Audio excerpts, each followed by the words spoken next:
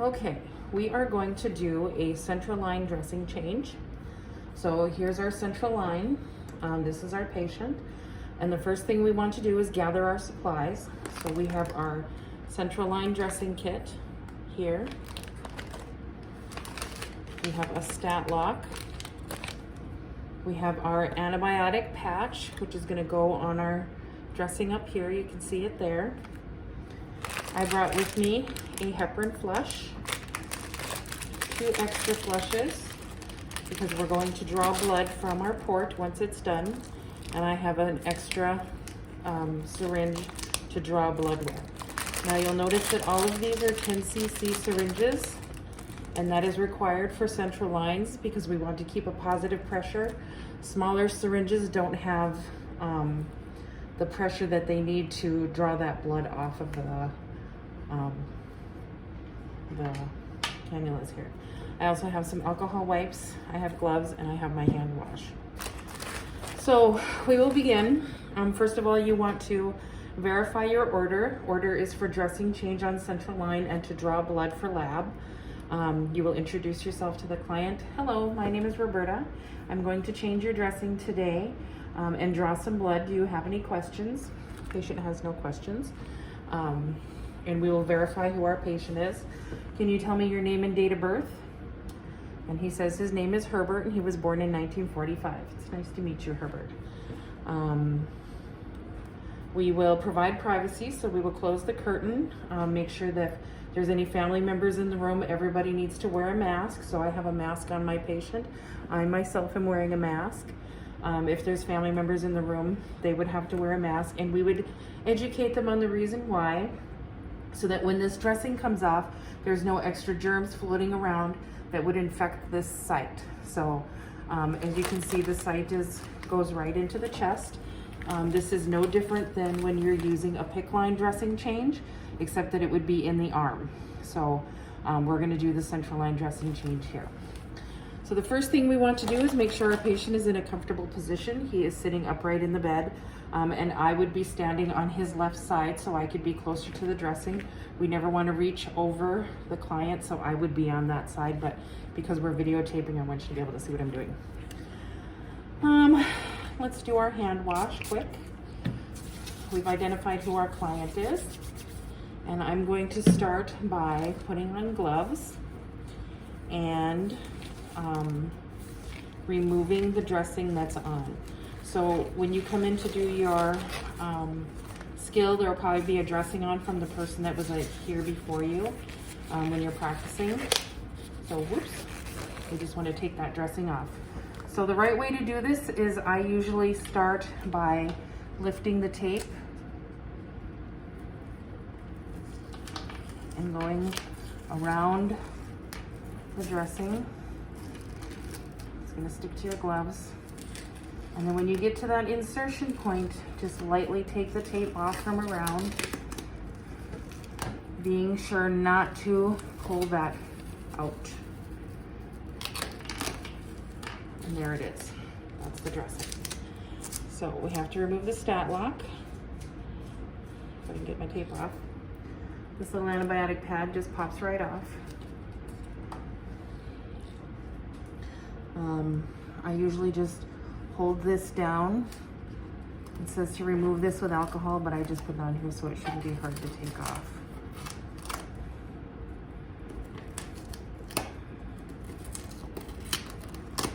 And then you want to, with your finger holding this down, open up these little doors on this stat lock and very carefully lift your central line off and just hold it up and then peel this off the skin. Sometimes I take somebody with me to help me. If you have a friend to help you, that's quite all right. I did have somebody earlier, but I messed up the videos that we had done earlier trying to edit them, so that's why I have to re-video. So our site is clean, or our dressing is off, so you want to check the site for any redness and swelling right in this area, any tenderness, any drainage from that site. If there is any tenderness or if there is any exudate like pus or anything like that, you're gonna wanna let your doctor know about that. So now that we've removed the dressing, we can get ready to change to put on our clean dressing. So we'll take our little kit here, and I'm going to remove my gloves. And I'm going to open up our little kit.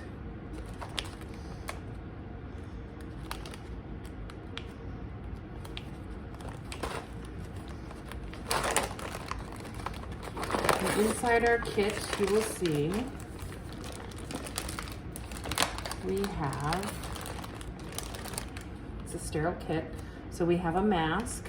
This is a mask that you would put on, or you would put it on your client.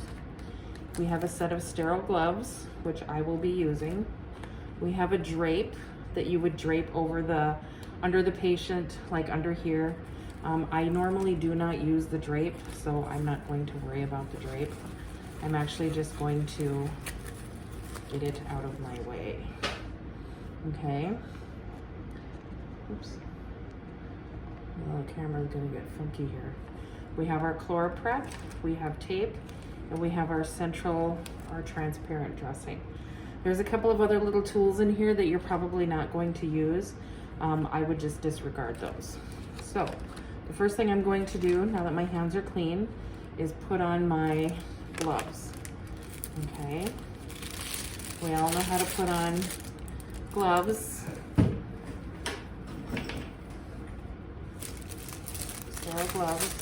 Open up your package.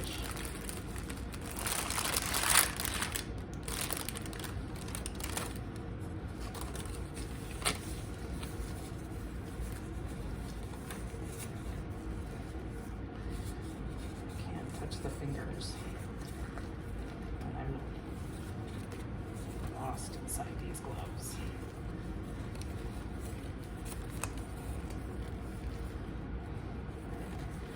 I think that's my thumb.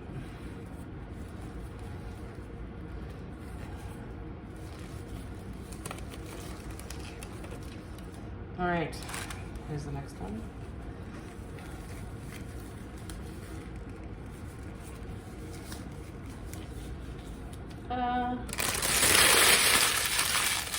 Throw that away. All right, so here is our ChloraPrep. Snap. So with the ChloraPrep, we're gonna start in the middle, and I usually give this a little scrub, and then we're gonna go around in a circular motion. Never, once you clean that center part, never go back over it after you have cleaned it. So we're gonna clean here, go all the way around like this, and we're gonna go all the way around. There we go. Sometimes there is blood on here. I do like to give it a little scrub now and then, just to make sure it's clean. But I do not take this and go back over that insertion site. So we'll let that dry, and we'll prep the rest of our stuff. So we have a antibiotic disc that's gonna go onto the end of that central line, and it actually tells you which side you put up. So let me get that ready. So the little white part on this is going to be against the skin. Okay. So we have that ready. And then we have our stat lock. Now, the stat lock is complicated. It takes practice to put a stat lock on. I will have extra stat locks for you to practice with. So your stat lock looks like this. Okay, it has little doors that open and close, and it has these two little blue prongs. Those two little blue prongs go on the central line where those two little dots are, like a button would be. All right, so here you have your stickers on the back so that you can, you know, stick it to the skin. So the first thing I'm going to do is put my little antibiotic pad on now that everything is dry, and it has a little split in it, see? And then I'll just tuck that on there. Stick to the skin. And our central line dressing will lay right under here. I like to put my little doors on first. Just hold it in place. Shut the little doors so that it stays down. It's a hard snap. And then with it in place, I remove my wings. Just like that. That's the hardest part ever, is getting that on there. Okay.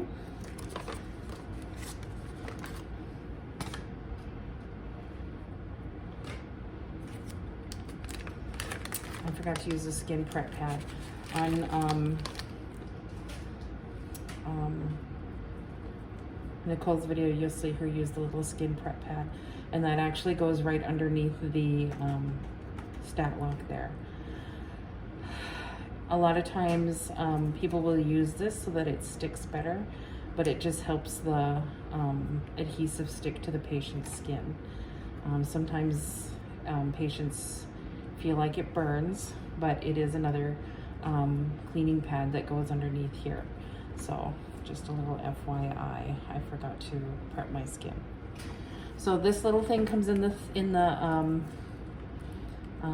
stat lock, and it's just a little piece of foam tape. It kind of sticks right across there to hold those down so that they don't flop around while you're putting the rest of the dressing on. Okay, here is our transparent dressing. So like before, like you would do for your IV, you would put your initials and date down at the bottom here. Peel this off. I like to put the little corner edge at the bottom, and everything goes right in the middle. Just like that. Just stick it right on.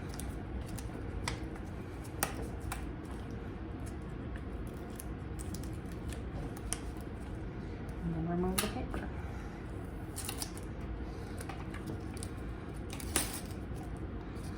Oh boy. That paper's terrible. Obviously, this is an old kit. This paper doesn't want to come off. There we go. Our paper didn't want to come off, and I'm not going to peel it off because that's rough. All right. So along with a central line dressing change, you would normally be replacing your hubs. So here's your flush.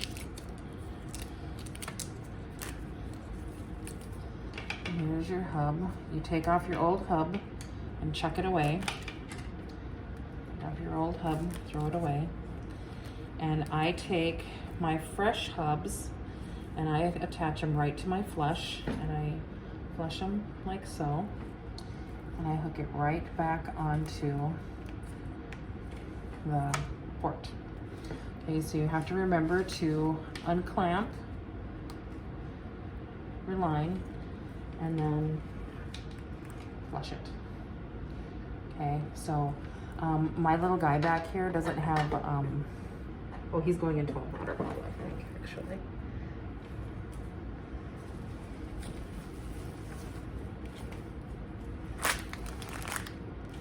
So then you would flush it with 10 cc's of fluid to make sure that it's patent, and then clamp it off. Okay, same thing with the other hub. Put it right back on.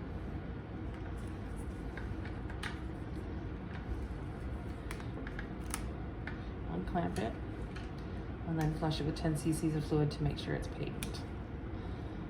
There we go. So with that,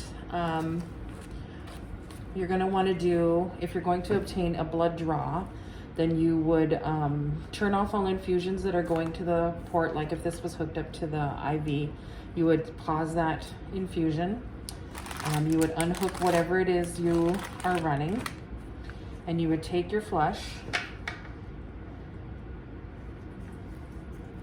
And you would flush your line with 10 cc's of fluid.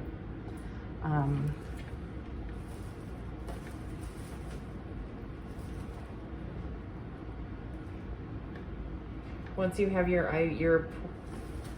line flushed where you're going to draw your blood, you're going to have to do a waste of blood. So you will draw back however much the lab tells you to waste and take it off and then throw it away. And then you would take your clean syringe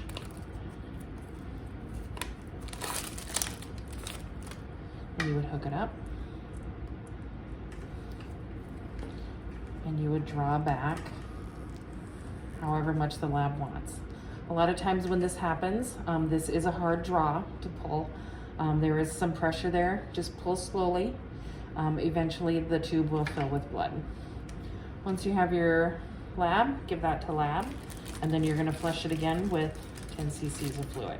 Okay, I'm not gonna flush it, but you flush it again with 10 cc's to make sure all the blood is out of that line. Now, if you're going to instill heparin into your line, if you're not going to be using the line, they will instill heparin into it every 24 hours. You would come along, you would do your 30-minute scrub on your line and instill your heparin. If you're instilling heparin because there is a clog or if it's sluggish, you're going to want to slowly press, press, press, just slowly stagger, stagger, stagger. You're in until it's clear. So just gently tap. You'll feel pressure or you'll feel resistance, and just continue to tap it until you get the whole syringe of heparin instilled. Once it's instilled, you just let it be. Hopefully whatever clot is on the end will dissolve from the heparin. And then you would document that you did a dressing change, date, time, how well the patient tolerated it. You would document the length. These usually how far out it is. There's little numbers on here where you can document. So this is out probably a centimeter, and that's where it was instilled. You can take off your gloves. Put on what type of a dressing it was, your stat lock with your antibiotic pad and your transparent dressing. Date and label, remember with your date and label, and that's it. You have a fresh dressing change. Now this dressing is good for 7 days. If it becomes soiled or raggedy, you can change it again, but for the most part these dressings can stay on for 7 days, and then you change it again in 7 days. Same thing with the ports. The ports are good for 7 days also. And you would do this dressing change like you would do a PICC line. And that's it. That's all I have. If you have any questions, you let me know.